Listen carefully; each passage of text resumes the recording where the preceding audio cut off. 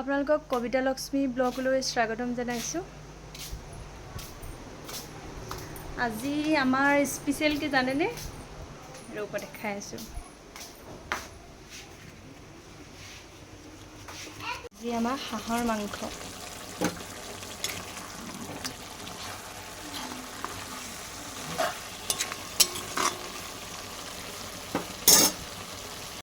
আজি আমাৰ লক্ষ্মীপ্ৰিয়া স্কুলৰ পৰা আহোঁতে তৰমুজ এটা আনিলে। তৰমুজটো দেউতাকে তাইক কাটি দিলে, তাই অলপ খালে। খাই হোৱাৰ পিছত তাই জুচ বনা বুলি তৰমুজটো কি কৰিলে মই দেখাম দেই আপোনালোকক। ৰ'ব, আমাৰ লক্ষ্মীপ্ৰিয়াই তৰমুজটো কি কৰিলে চাওক। তাইক দেউতাকে ধুনীয়াকৈ কাটি দিছিলে খাবলৈ। তাৰপিছত তাই চামুচখন ভৰাই এনেকুৱা কৰি পেলালে।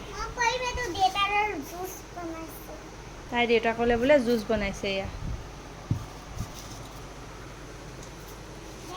তৰমুজ খাই ভাল পায়, ভাত পানী একো নাখায় ফল মূল থাকিবলৈ হ'লে তাই, আৰু বিশেষকৈ তৰমুজটো তাই বহুত ফেভাৰিট ফ্ৰুটছ হয়। ৰ'দটো আজিও বহুত বেছি।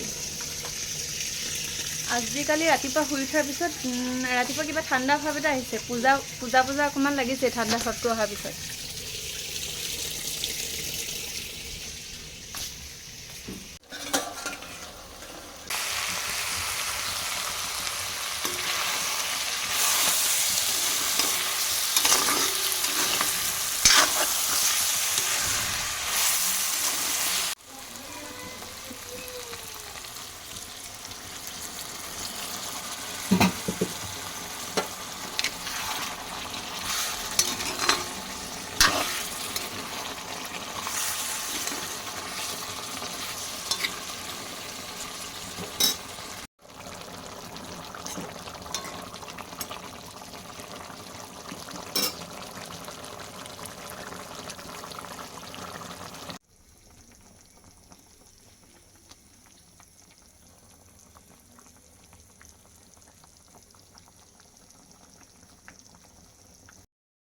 সকলোৱে থালিখন ইমান ধুনীয়াকৈ সজায়, মোৰো আজি সজাবলৈ মন গৈছে।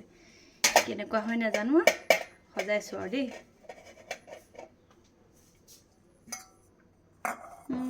ভাতখিনি মেল খাই গুচিয়ে গ'ল। খানা ৰেডি।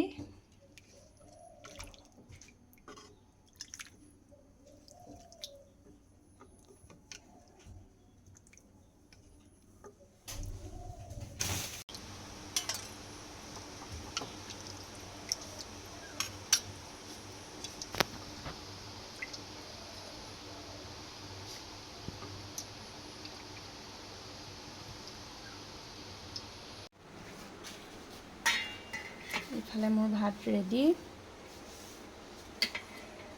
ইফালে দালি, নেমু আৰু জলকীয়া এটা দিব লাগিব। এইখন আজি আমাৰ দুপৰীয়াৰ থালি।